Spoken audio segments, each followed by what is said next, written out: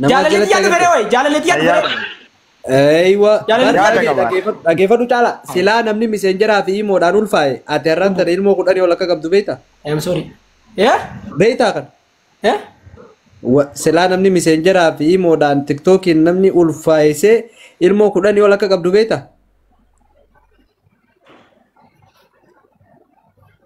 Ay, honola. Naa deebise ka ilmoo 10 ol akka qabdu beektaa? Meera keessan seene.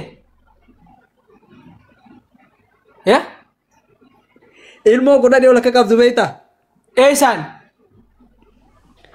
Osoo namni miseenjeraa fi miidiyaarraan ulfaa'e ilmoo 10 ol akka qabdu beektaami? Alhamdulillah Usmaan ulfeesse hundi si argirra hin dhalle. Miseenjerri haa himu.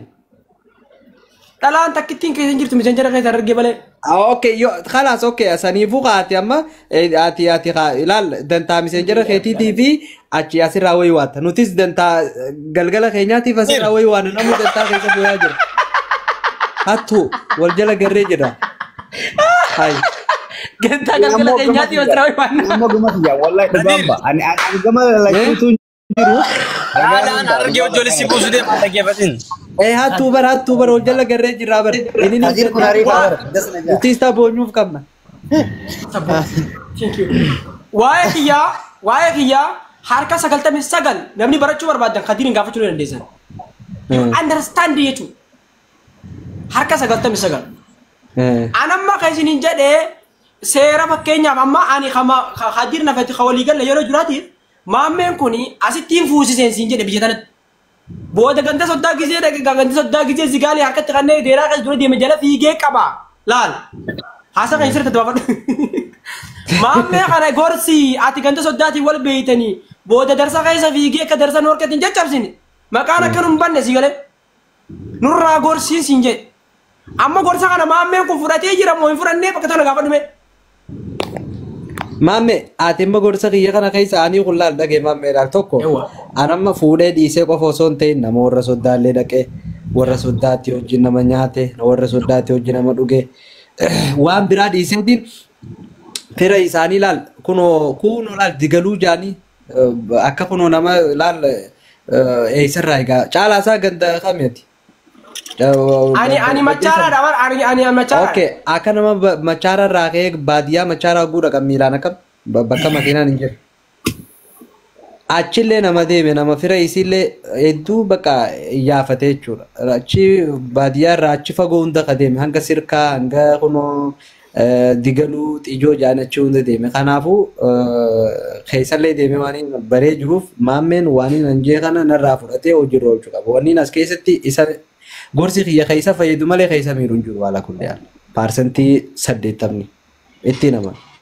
Kanaaf maammeen gaafa deemtummaas nama yoo warri kee laal dhagee maammee yoo warri kee fagoo jiraate yoo warri kee fiduu hin dandeenye warra keetti hojii gaafa galte yoo dhaquu hin dandeenye nama qabatee dhahiixu murteessaadha.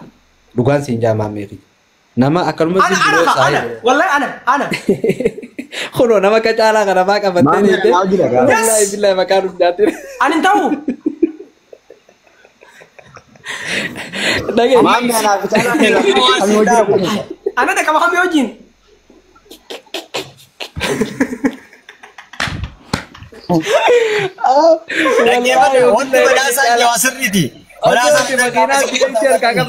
Wallahi pune yo okay rakko kamu yo hararge tati se ojini te malif hararge aadatenya waliin beena waliin guddisa wajjin keessa guddan yoo jimma taatellee jimmalleen aadaa hararge ni beekte hedduu rakkoon qabu walloollee yoo taate aadaa hararge dhiyaatti ni beena garuu ati fuudhee sin geessu kana san Kadir Ati qabatee ite dumaashii ati qabatee ite saneen Haati fiddee eenyu qabatee ite Alex Ayyee faajira ammo annamni na qabadee dhaqe nama akka biyaan kana xiqqoo nama xiqqoo tasgabbii qabu agartee bi wallahi la ilaha illallah ana ma gaafa maammeen ganda isaanii dhaqu jechuun ganda soddaa arsii dhaqu ana hajaaketa hayyatee arawaa jimaani beekan hiree jarri keenya kaasii komandoo kun hayya boogizee du'aa kaanatis arsii hunda keessa jimaan ni jira inumaatu mee wallahi jimaa kana dhaabnuuf asiin jaanii erqamaanii akkan jimaa waan taate anaatu marxoo 8 ramada dhageeffadha Maame gizee na cira Jimaa hunda si dhaabsisa. dirqama Jimaa na cira dhaggeeffadhu immoo amata keessa. Dhagee Dirqama dhaggeeffadhu. Yookaan ji'a keessa yookaan amata keessa guyyuma tokko qaban guyyaa tokko jisan wandoo gannatii jira. Wandoo gannat jaanii jimaa tokko jajjabaa jimaan sanii. Isa sanii qamaama kalaas guyyaa tokko jisan maasha Allah tabarakallah maali siin jaaga. maame kanya kana dirqama maame kanya Wandoo gannatiin bakka jimaan irraa dhufu.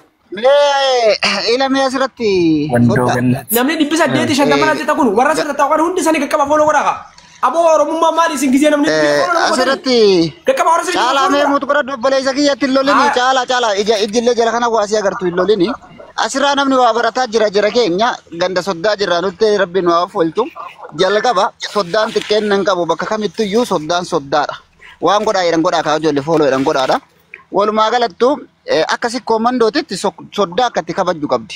Kadiirinis dabalatee warra ganaa dhufus ta'ee waan hambaa hin qabne waan uumaan hambaa hin qabne warri si koomandoo waan qabu qaba. Fakkeenya soddaan biyya keessaatii fi soddaan naannoo biraa dhufee itti soddoomu garaagarummaa qaba waan addaa argata.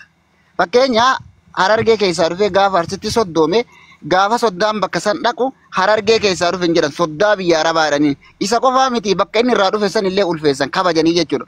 Gaafa inni achi dhaqee waa lama waa sadii midhaan simatan tokkoffaa wanti ittiin simatan maalidha jaalala qulqulluu onnee irraa kagartee asii dhufee achii dhufee kutaa biraa keessaa dhufe kan jenne soddaa kabajaa qabu jedhanii simatan lammaffaa irratti waan mimmi'aayaa fi kabajaa qabu waan naannoo sanitti argamu nyaata irraa ta'ee dhugaatii irraa ta'ee isaaf qopheessan sadaffaa irratti immoo naannoo san waan daawwatamuu malu akka waan biyya alaatii dhufe dhugamaa bara yoo fakkeenya naannoo san wanti daawwatan jiraate iddoon gammachuu jiraate fuudhanii geggeessan kuni maalirraa agarsiisa kabaja nama sanii qabaachuudha jechuudha. Namni akkasitti kabaja nama biraa argate maalirraa waan biraa kabaja barbaada. Yoo maatiin isaa akkasi kabajes intalli sunillee yookaan namni itti dabalame sunillee maatii isaa irraa fuutee kabaja akkasii isaa qabaatti jechuudha. Kan akkasitti quba qabaadha. Haddallee yoo taate borullee yoo taate nuti kabaja walii qabna. Fakkeenya Kadiir waan kana sobde naan jechuu danda'a. Gaafa qeessan dhufu isa bicha orra bichaa miti. Ollaan eessumni abbeeraan aboontuufti isaa yaa'anii kabaja horaniifi jechuudha. Kuni maal agarsiisa?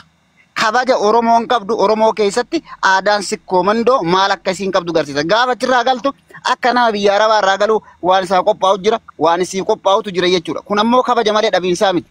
Yookaan inni dhabee yookaan inni naa godhaa jechuu osoo hin taane akka kabajaatitti waan isaan malutu jira. Gaafa inni itti dhufu waan inni itti dhufe san waan qopheeffamutu mala obboleessa keenya yookaan soddaa kanaaf jecha. Soddaa hangafaa jedhanii jira. Akka tokkotti argatu sanuu laal. Soddaa hangafaa jedhanii soddaa qutusuu jedhanii akka itti soddoomen akkasii jira. Keessatti ka biyya biraa irraa dhufee itti soddoome kun waan guddatu saalaatamaa jechuudha. Kan akkasitti quba qabaadha. Warri waa jejjettanillee eenyullee yoo taate hadha nama jaalatee nutti dhufe nuti ni kabajnaa bakka guddaa qabna. Lafarratti miti qilleensa. Gaaffii tokko kan isin gaafadhu. Caalaa ammas waa tokko dubbadhaa osoo mee caalaa. Talaali. Aadaa hawaasaa. Akkamiin taa'ee abbalee isa gurbaa kun amma deeggarri dhimma soddaa arsii godhee mi amma dhimma soddaa arsii godhe haasanatti inni isu baay'eetti dhufu. Gurbaa kana mutumaara wallaa caalaa galgala yoo nan dhufee. Soddaa jara keenya soddaa xiqqaa kana maa cuuccansaa isin.